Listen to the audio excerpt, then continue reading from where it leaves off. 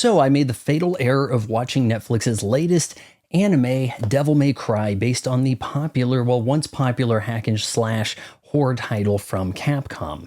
Now, as a guy who only played the first game in the series, I'm not pleased, and I'm sure that fans are actually outright pissed.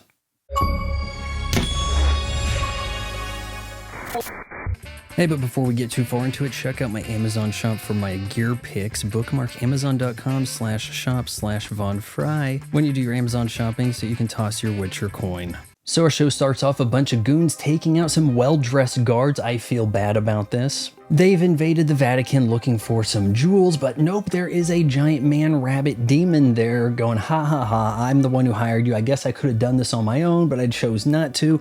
I'm here for the Sword of Sparta, which, when shown in flashbacks, looks a lot more like an axe. Demon Rabbit Man takes out all the guys, and you're supposed to be impressed with this fight sequence, but why do all of these modern animes look like Velma? It doesn't seem to matter who does them. Hey, HBO Max, why don't you drop some Batman over there on Prime Video? Make it look like Velma. Hey, let's have a Terminator anime that looks like Velma. I know I was tough on Cyberpunk Edgerunners for looking like unfinished storyboards, but at least it didn't look like Velma. US government catches wind of this because it turns out it was their guys that were hired by the Demon Man Rabbit, and he's gonna go on a diatribe telling them what their whole plan is. The president is a stand-in for George W. Bush, which means behind the scenes we have the real guy pulling the puppet strings, this sinister-looking VP, whose jawline is most impressive. He should male model in his 50s. Based on the overt clues from the giant man-rabbit demon, chiseled VP concludes they have to round up all the demon hunters. Now I'm thinking, okay, so these are going to be the guys who help you? No, let's bring them in and torture them so that you know who is going to ultimately be the bad guy here. So the guy that the rabbit's really looking for is Dante, the protagonist of the games, and here he is, well... The way this usually goes is I do that, then drop a killer one-liner. But I'm drawing a complete blank right now. Okay, wait, I got one. Pretend I just shot that guy. Bang! Man, Skeletor did not hold up since the 80s. Yes, we have conscribed Ryan Reynolds' take on Deadpool, but if you look at his hair, he must have something to do with Quicksilver, so why don't we give him a slow-motion Quicksilver scene too?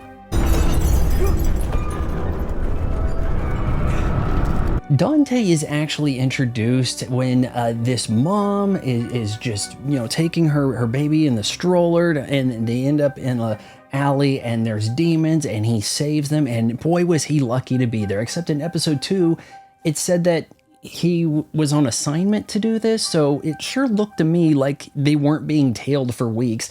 The little baby girl had only just been replaced by a demon.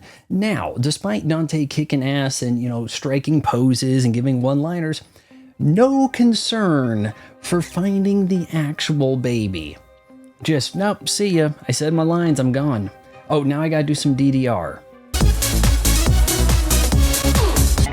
And it is that callous nature, with no regard for the life of characters and the innocent in our hero, that just had me checking out so fast, even though, yeah, looking like Velma doesn't help.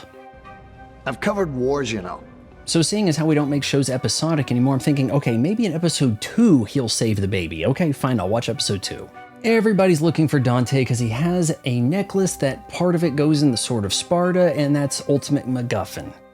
Again, the government could ask nicely for his cooperation, but no, let's send in a squad because, well, we need action scenes. Who are we shooting at? But VP has his own personal demon hunting guards, and they have a kick-ass chick who has a foul mouth. And I'm sure if you're a fan of the games, you're thinking this is a complete bastardization, but for me, as someone who's not a fan of the games, I'm thinking this is still silly. Motherfucker. Dante, of course, has that Deadpool healing factor and lightning-fast reflexes that just can't compete against a pixie cut's distraction. That was actually kind of close. Closer than you'd think. She takes his beloved necklace that goes in the Sword of Sparta that was given to him by his mom, and she takes off half of his shirt to try to prove that he's a demon, but he's not, but maybe he's a half demon. Well, what's your explanation, chick? Because I just saw you do all the cool stuff he does. But the trap is sprung and Dante is captured, and that concludes episode 2 and as far as I'm willing to go with this. I've seen enough of these rodeos to know what's going to happen. Chiseled jawline VP is surely the ultimate bad guy. He's got to be a demon, right? Hell, he might even actually be the rabbit also. Just be like, aha, we really... I'm pretty sure that Pixie Cut and Quicksilver Pool are going to get it on at some point. I mean, this is... Oh, is this MA or R? It's edgy. It's so edgelord. Yeah, we even have brought it back to the early 2000s with the Limp Bizkit playing in the titles. And I'm just like, look, I haven't brought up Limp Bizkit, thank God, ever since 2008 doing YouTube, because it was something that we regret. The cringe new metal of the early 2000s, guys, it is the disco of the time period. But seeing as how we have no idea when this show takes place, we even have a billboard advertising a portable cassette player, I guess it is suitable that we honor the first edgelord game with cringy edgelord music. Because we sure as shit don't care about saving that baby girl, do we, Netflix? Let me know in the comments below if they actually save that girl, because I'm actually more concerned about the welfare of that baby girl than saving the humanity as depicted in this show. Who cares about a world where our heroes are just going to let something like this go down? Maybe in the demon realm where she's kidnapped, she's living high on the hog, being groomed to be a princess of the realm. Whereas here, what future does she really have? Her mom's not even knocking on Dante's door. Hey, where's my baby? You owe me an explanation. That should actually be a subplot. Hey, it's Vaughn's mom again, and I just want to remind you that for at least the moment, the like button is free, but don't put it past YouTube to charge money for it someday.